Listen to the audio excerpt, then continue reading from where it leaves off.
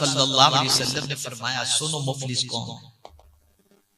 इरशाद फरमाते हैं आका करीम सल्लल्लाहु अलैहि वसल्लम, जिसका मफहूम है मुफलिस वो है जिसने दुनिया में बहुत नेकी की, नमाज, रोजा, हज, ज़कात सब कुछ किया, लेकिन कयामत में जब वो अल्लाह की बारगाह में हाजिर होगा तो उसके दफ्तर से सब खत्म हो चुका।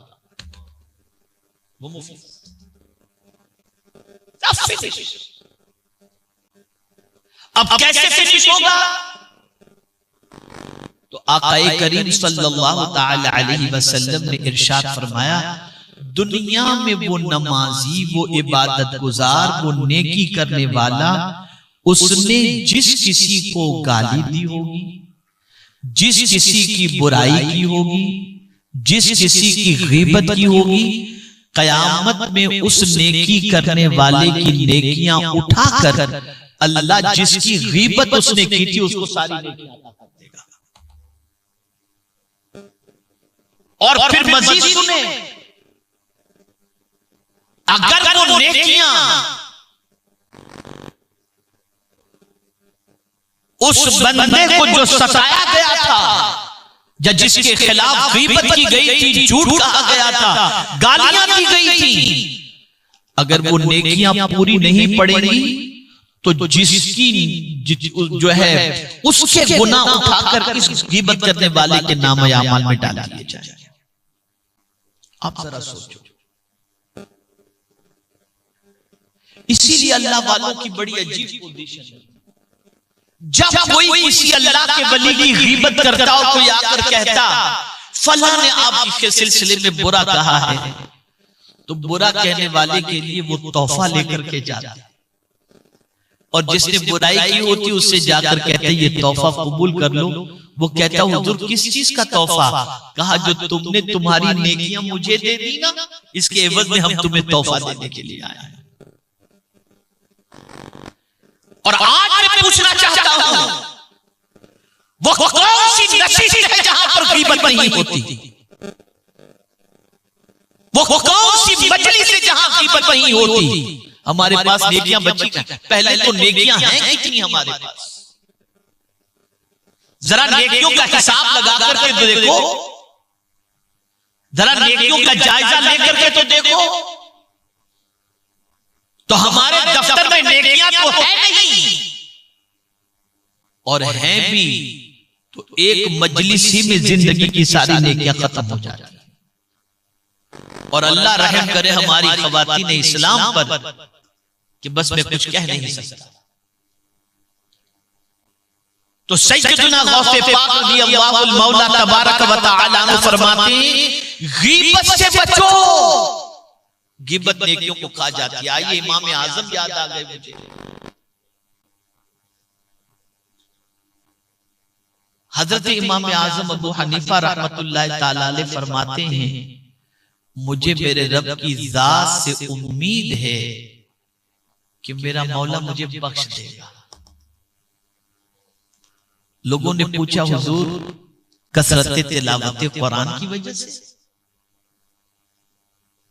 तदवीन फिक़ह की वजह से, इबादत और रियाजत की वजह से, दर्स और तदरीस की वजह से?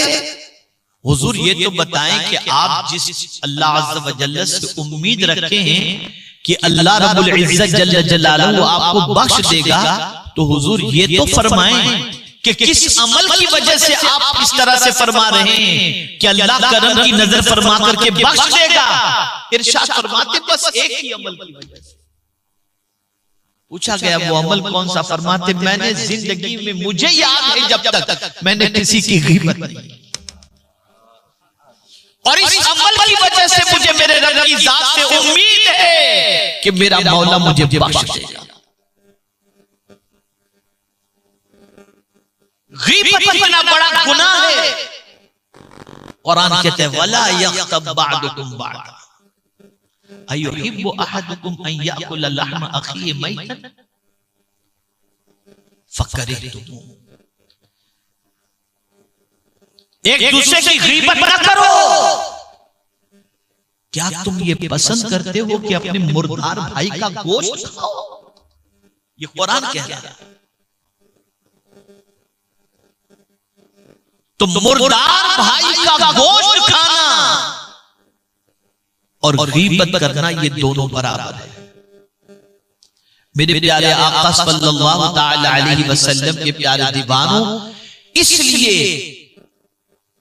इससे बचो और बचने के बारे में और याद रखें, गौसे पाक रज़ियल्लाहु तआला अन्हु वलियों में वो मकाम रखते हैं कि अल्लाहु अकबर, कि उनका मकाम ताबईन के बाद बहुत अरसा आला है। तो सैयदना गौसे पाक रज़ियल्लाहु तआला अन्हु भी जब कोई नसीहत फरमाते हैं तो वो जामे नसीहत जो होती है वही फरमाते हैं। तो ये जामे नसीहत, बल्कि खुद हुजूर सल्लल्लाहु अलैहि वसल्लम की आदत करीमा थी कि जब आका करीम सल्लल्लाहु अलैहि वसल्लम के पास कोई हाजिर होते और किसी के बारे में कुछ कहते सरकार सल्लल्लाहु अलैहि वसल्लम से, तो हुजूर सरकार फरमाते बस रोक देते और इरशाद फरमाते, मेरे सामने किसी की बुराई न करो, इसलिए कि मैं नहीं चाहता कि तुम जिसकी बुराई कर रहे हो मैं उससे मिलूं तो मेरे दिल में उसके लिए खोट हो। इसी को आला हज़रत कहते, तू जो चाहे तो अभी मैल मेरे दिल के धुले, कि खुदा दिल नहीं करता कभी मैल तेरा। यहां मियां बीवी में झगड़ा कराया जाता है, भाई भाई में लड़ाया जाता है, खानदान खानदान में लड़ाया जाता है। गीबत गीबत गीबत गीबत इस हद तक गीबत की आदत हो चुकी है कि अल-इयाज़ु बिल्लाह। तो मेरे प्यारे आका सल्लल्लाहु तआला अलैहि वसल्लम के प्यारे दीवानों, अब आप कहेंगे अब ये मौलाना लोग हैं बेचारे बोलते रहते हैं, लेकिन अपनी जबान का मजा हम क्यों छोड़े? कोई इधर अच्छा लगाने को उधर अच्छा लगाने लग जाते हैं, वो करते रहते। वो याद रखें, जिंदगी भर की नेकियों का सरमाया तुम बर्बाद कर रहे हो और कयामत में तुम्हें कोई और चीज काम नहीं आएगी। कोई और को छोड़िए, न माँ काम आएगी, न बाप काम आएगा, न बेटा काम आएगा, न भाई काम आएगा, न दोस्त काम आएगा, कोई काम नहीं आएगा। यौम यफिरुल मर्उ मिन अखीह, भागेंगे सब एक दूसरे से। जो कुछ भी क़यामत में काम आएगा उसको कुरान ने कहा, यौम तजिदु कुल्लु नफ्सिन मा अमिलत मिन खैरिन मुहदरा, कयामत में जो कुछ भी भलाई तुम भेजे होगे ना, वो भलाई तुम्हारे सामने काम आएगी, लेकिन बचेगी तब ना जब गीबत करके तो भलाई तो खत्म, भलाई तो खत्म। मुझे याद है कई सालों पहले की बात है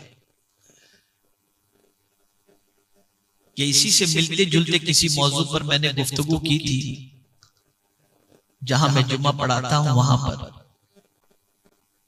नमाज के बाद एक शख्स के बारे में मुझे गुमान भी कभी नहीं था कि कभी कोई ऐसी बात उसकी जबान से निकली होगी, लेकिन उसके दिल पर चोट कर गई बात। आया मिलने के लिए, उसने कहा हज़रत मुझसे एक बार आपके सिलसिले में गलती हो गई थी, कुछ मैंने कह दिया तो हुजूर मुझे माफ फरमा दें आप। तो ये बात याद रखें, इस दुनिया से जाने से पहले जिसकी गीबत किए हो उससे माफी मांग लो और उसके दिल को साफ कर दो, वरना कयामत के दिन नेकियां उसके नामे अमाल में डाल दी जाएंगी और हमारा दफ्तर फिनिश हो जाएगा। शर्माना नहीं। हुजूर फरमाते हैं सल्लल्लाहु अलैहि वसल्लम, सदका देने से माल कम नहीं होता और माफी मांगने से इज्जत कम नहीं। अच्छा, हमारा हाल ये है कि हम तो उठते बैठते दुनिया के बारे में, सहाबा उठते बैठते आखिरत की बात करते हैं। आइए आपको समझाऊंगा गौसे पाक ने क्या मांगने से मना फरमाया और क्या मांगने का हुक्म दिया है। तो पहली चीज सैयदना गौसे पाक रज़ियल्लाहु ताला अन्हु फरमाते, गीबत से बचो। मैं अपनी बहनों से, मर्दों से, भाइयों से सबसे गुजारिश करता हूं, बच जाओ इससे। ज़बान को कंट्रोल कर लो। हजार ज़बान को लज्जत मिलने वाली हो, कंट्रोल कर लो। तुम इधर कंट्रोल करोगे तुम्हारी नेकियां महफूज हो जाएंगी। नंबर 2, जिससे बचने का गौसे पाक ने हुक्म दिया। सैयदना गौसे पाक रज़ियल्लाहु ताला अन्हु फरमाते हैं, बदनिगाही से बचो, ये मासियत दिल में पैदा कर देती है।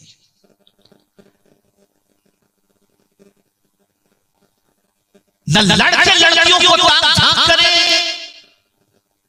न लड़कियां लड़कों को ताक झांक करें। ये बुरी निगाह, शहवत वाली निगाह। गौसे पाक रज़ियल्लाहु ताला अन्हु फरमाते, इससे बचो, इसलिए कि ये दिल के अंदर गुनाह के जज्बात पैदा करते हैं। आज सिर्फ वही देखा जाता है जिससे गुनाह के जज्बात बढ़ गए।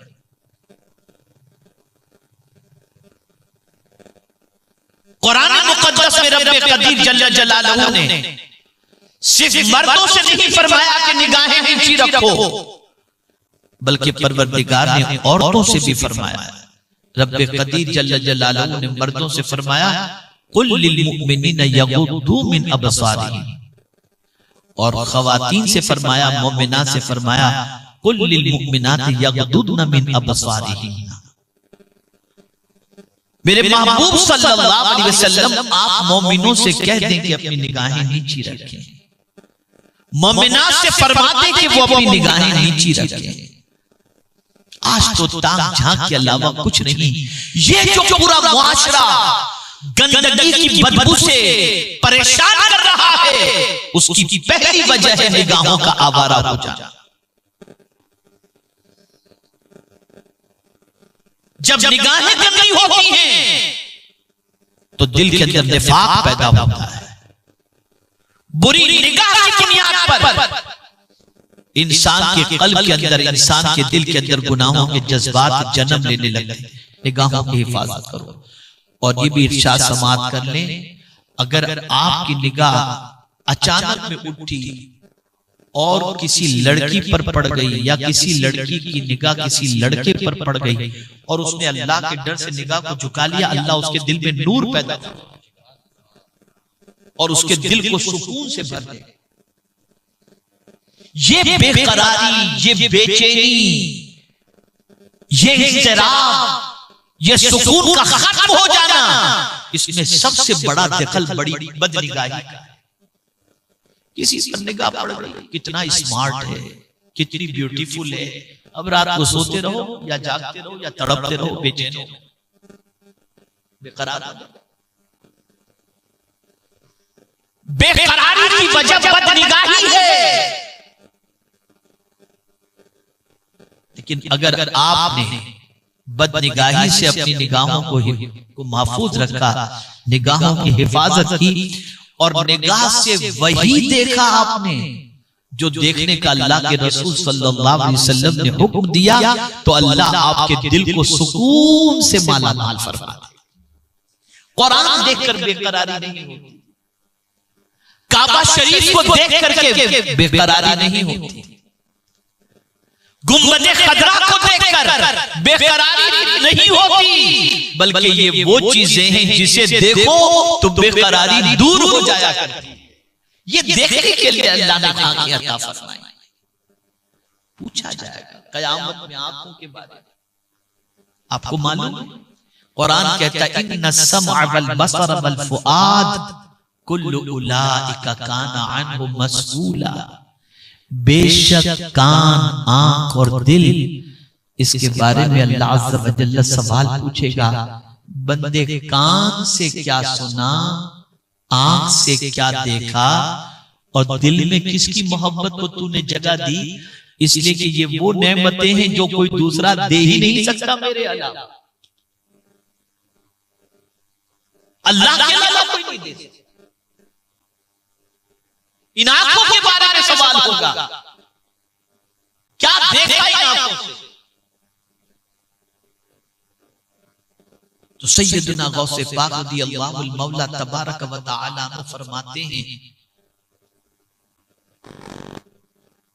कि बदनिगाही से बचो, कि ये दिल के अंदर मासियत को जन्म देती, यानी बुराई को जन्म देती है, दिल के अंदर गुनाह के जज्बात पैदा करती है, गुनाहों की मोहब्बत पैदा करती है। आजकल क्या है, औरतें पता नहीं क्या क्या यूट्यूब पर देखती होती, और अब तो ये इंस्टाग्राम है और पता नहीं क्या क्या चीजें हैं, इन सारी चीजों पे लगी होती है दिनों रात। वो क्या क्या देख रही होती है और लड़के क्या क्या देख रहे होते हैं। अल्लाह की खैर फरमाए। कहां से सुकून मिलेगा, कहां से इत्मीनान मिलेगा। बदनिगाही से बचो। और तीसरी बात गौसे पाक रज़ियल्लाहु ताला अन्हु ने फरमाया, 3 चीजों से बचने का हुक्म दिया। तीसरी बात गौसे पाक रज़ियल्लाहु ताला अन्हु ने फरमाई, झूठी कसम खाने से बचो। इसलिए कि इससे माल में से बरकत खत्म हो जाती है। आज का ताजिर कहता है, ईमान से मैं कह रहा हूं, ये मेरे इतने भाव के अंदर ये चीज बरकत खत्म। आकाए करीम सल्लल्लाहु अलैहि वसल्लम फरमाते हैं, झूठ बोलने से माल तो बिक जाएगा लेकिन बरकत खत्म हो जाएगी। अब बरकत खत्म हो। अभी परसों मेरी यूके में बात हो रही थी साथी से। आप में से तो सब तकरीबन यूके वालों से सबके रिश्ते हैं, जानते हैं आप। जरा पूछ लीजिए इलेक्ट्रिसिटी की इस वक्त सिचुएशन क्या है। जिनका महीने का इलेक्ट्रिक बिल 200 पाउंड आता था, उनका 1000 पाउंड हो गया। जो कारोबारी लोग सब चीजों का रेट आसान, बरकत खत्म। यहां भी यही हाल है। अब तो अगर कोई सच बोले तो आदमी सोचता है, ऐसे भी लोग आज के दौर के अंदर मौजूद हैं। ये सिचुएशन है। तो सैयदना गौसे पाक रज़ियल्लाहु ताला अन्हु फरमाते, झूठी कसम से बचो। ये 3 बातें मैं समझता हूं अवाम के लिए थी, जो अवाम कर सकती है। अब आरिफ बिल्लाह के लिए गौसे पाक ने क्या फरमाया। गौसे पाक रज़ियल्लाहु ताला अन्हु फरमाते हैं, आरिफ बिल्लाह को चाहिए कि वो 12 खसलतें अपनाए। मेरे जो उलमा साथी हैं, बशमूल मेरे, हम उस मकाम के तो नहीं हैं, लेकिन गौसे पाक की नसीहत को सुने, शायद गिरते पड़ते किसी पर अमल की तौफीक अल्लाह अता फरमाए। तो गौसे पाक रज़ियल्लाहु ताला अन्हु फरमाते हैं, आरिफ बिल्लाह को चाहिए कि अपने अंदर 12 खसलतें पैदा करें। 2 खसलतें अल्लाह की, 2 खसलतें मुस्तफा जाने रहमत सल्लल्लाहु अलैहि वसल्लम की, 2 खसलतें सिद्दीक़ अकबर की, 2 खसलतें उमर फारूक की, 2 खसलतें उस्मान गनी की और 2 खसलतें मौला अली। गौसे पाक रज़ियल्लाहु ताला अन्हु फरमाते हैं, आरिफ बिल्लाह को चाहिए कि वो 12 खसलतें अपने अंदर पैदा करें। अल्लाह अकबर। खुद फरमाया गया, तखल्लक़ु बिअख़लाक़िल्लाह। अब अल्लाह की 2 खसलतें और सिफत कौन सी, जिन खसलतों को अपनाने के बारे में गौसे पाक फरमाते हैं, जरा सुनो। फरमाते हैं, पहली खसलत ऐब छुपाना। पहली खसलत कौन सी? ऐब, बोलिए, ऐब छुपाना। और हुजूर सल्लल्लाहु अलैहि वसल्लम फरमाते हैं, मन सतरा मुमिनन फक़द सतरहु अल्लाहु फिद दुनिया वल आखिरह। जिसने किसी मोमिन का ऐब छुपाया, अल्लाह दुनिया और आखिरत में उसके ऐब को छुपाए। ऐब छुपाओ, अल्लाह की बहुत बड़ी शान है, बहुत बड़ी सिफत है, सत्तार।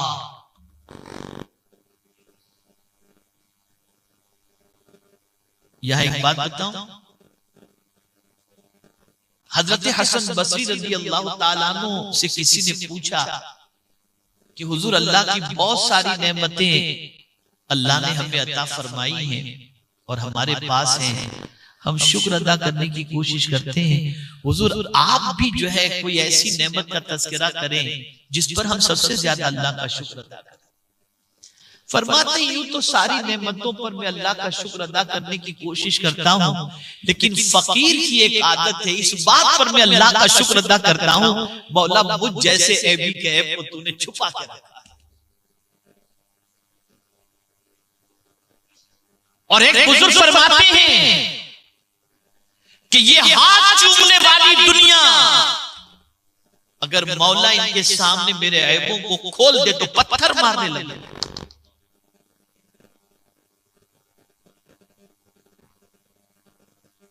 ये उसका करम है, उसने ऐब को छुपाया।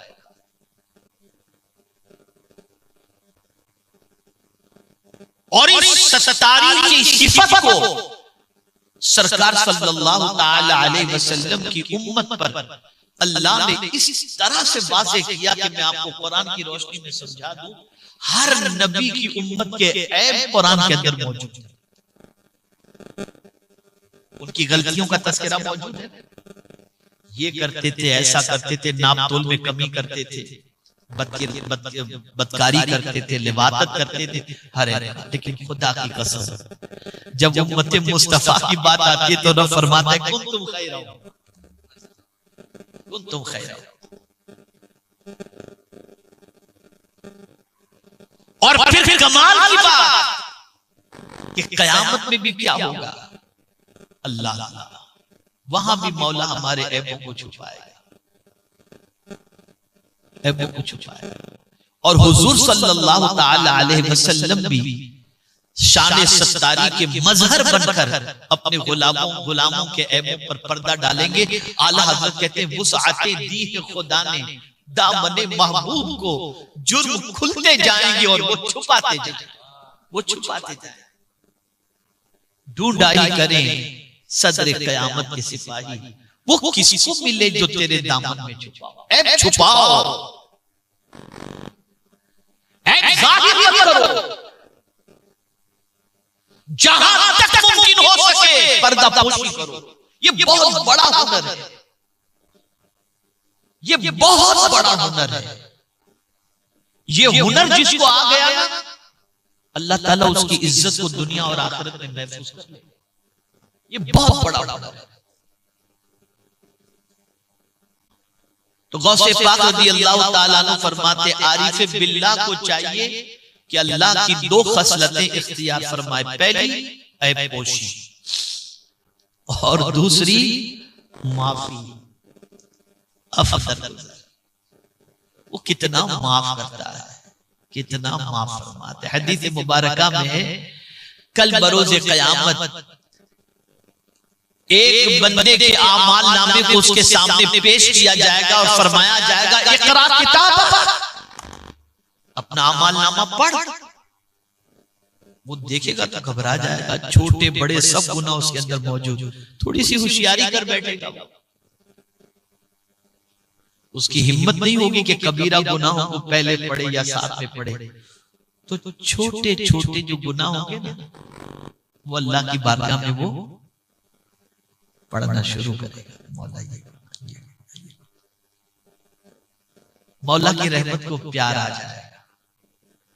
मेरा रब इरशाद फरमाएगा इसके इन गुनाहों को नेकियों में बदल दो, इन गुनाहों को नेकियों में बदल दो। अब जब ये सुनेगा तो खुद ही अल्लाह से अर्ज करेगा मौला बड़े गुनाह भी बाकी रह गए, बड़े गुनाह भी बाकी रह गए। क्या माफ करता है मेरा रब, की शान से माफ है। उसके जैसा कोई माफ करने वाला है, उसके जैसा कोई माफ करने वाला। बल्कि खुद हुजूर से फरमाता है नब्बी इबादी अन्नी अनल गफूरुर रहीम, मेरे महबूब मेरे बंदों को खुशखबरी सुना दो, मैं बहुत माफ करने वाला हूं, मैं बहुत माफ करने वाला हूं। अल्लाह अकबर। कोई सच्चे दिल से माफी मांग के तो देखे। हमारा हाल ये है, उसकी शान तो ये है कि बंदा 70 मरतबा गुनाह करे और 70 मरतबा माफी मांगे तो अल्लाह माफ कर देता है। और हमारा हाल क्या है, एक बार अगर गलती की आइंदा किया ना छुट्टी। और मर्द हजरात तो बीवी को बस पूछिए नहीं, अब दूसरी बार नहीं होना चाहिए वरना 3 वर्ड बोल दूंगा। पता नहीं कहां से ये सीख लिया।